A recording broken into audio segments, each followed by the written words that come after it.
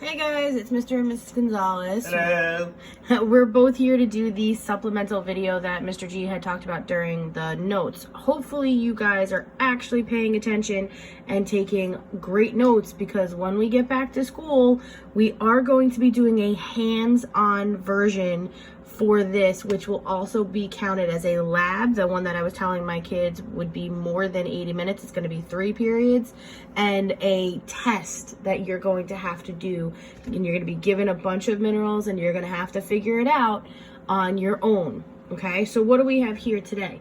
We have, right, a magnet, right? That's going to be under the special features, right? And if you watch my other supplemental videos, you would have noticed I showed you what magnetite looked like.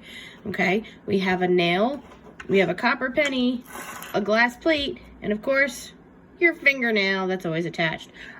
For the practical itself, you're only going to be given a glass plate. It won't look as jacked up as this one.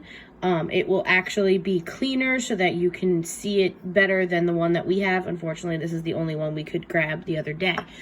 Okay, so you have to memorize that the glass plate has a hardness of 5.5.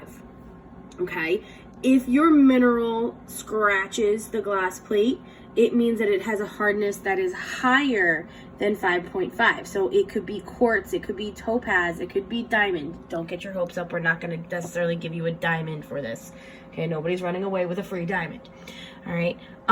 If it does not scratch the glass plate, to double check and make sure that it does not scratch the glass plate, is you can actually take the glass plate and run it across the mineral itself, and the glass plate should scratch the mineral, and then that tells me that it has a hardness of less than 5.5. Okay, but like I said, for your mineral ID test that you're going to have to do with us, you're going to be given this stuff and you're going to have to figure out the exact number, which means that you need your reference table. Okay, no matter what, you see how sometimes it's between 5 and 6, it's 4. Okay, you're going to have to be able to determine what the mineral is based on the hardness and obviously the other characteristics that Mr. G has been talking about all week. Okay, so we're going to start off with this one. Okay, Mr. G is going to start off by scratching it with his fingernail and see if it scratches.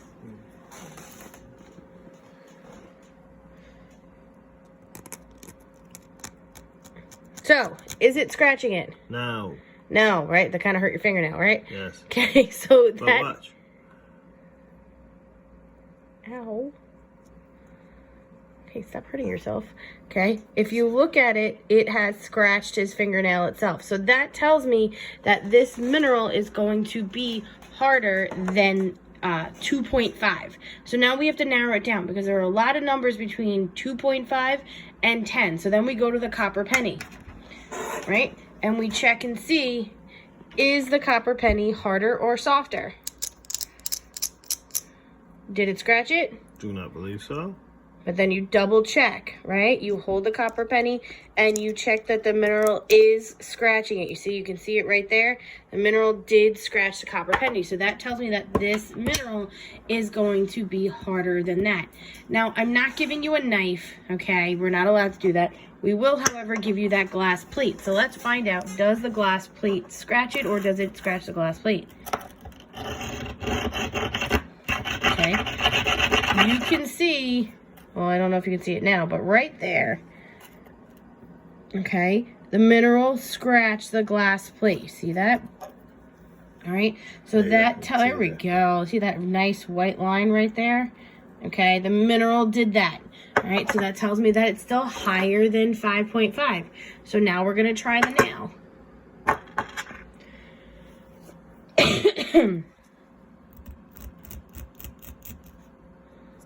And still nothing. It does not actually scratch it. But if you take it and you scratch the nail with it, you see that line right there? I could hear it. Right? See that? Those are... Oh, yeah, scratch the table too. Okay, it actually scratched the nail. So this tells me that this specific mineral is going to be higher than 6.5. You will not be given a drill bit, so we're just going to say above 6.5 for this one.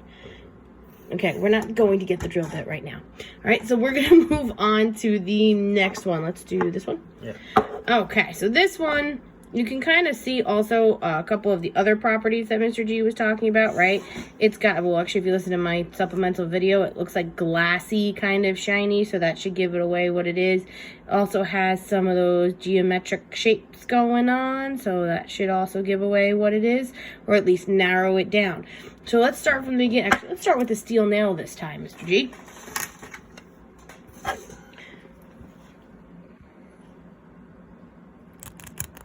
Oh, look at that. The steel nail actually scratched it. You see the scratch marks right there? You can actually see them very, very, very well. So that tells me that my mineral is going to be softer than 6.5. Okay, so then we're going to go to the glass plate. You can actually hear the difference between the last one and this one, because this one is not scratching the glass plate, which tells me that it has a hardness that is less than 5.5. So now we're going to try the penny.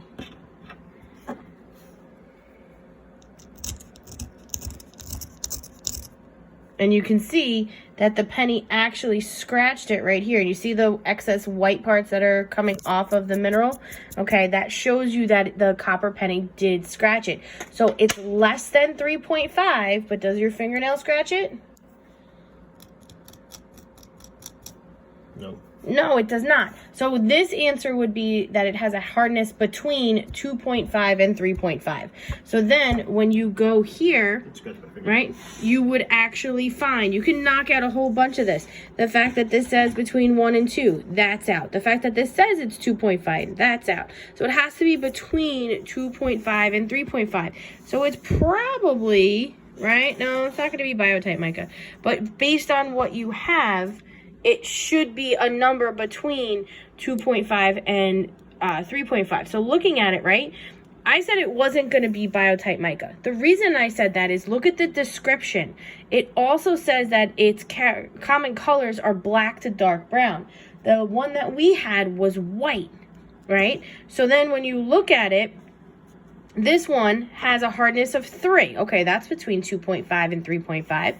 It's colorless or variable. Basically, variable means it's going to vary. So the fact that this is a white, shiny looking rock is what it basically looks like. It's a mineral, right? It will actually tell me it. It also says on here that it has cleavage. I said to you earlier that you have to look, right? You have to use your 5 senses. Okay, you're not going to eat this though, okay? You're going to look at it, and you saw how it has those nice right angles here that you can actually see, right? That it's cleaving, okay? One thing that they are going to get the acid? All right, you can actually take acid to it, and it'll start to bubble, right? And that's going to be another thing, or a, little characteristic that they can use.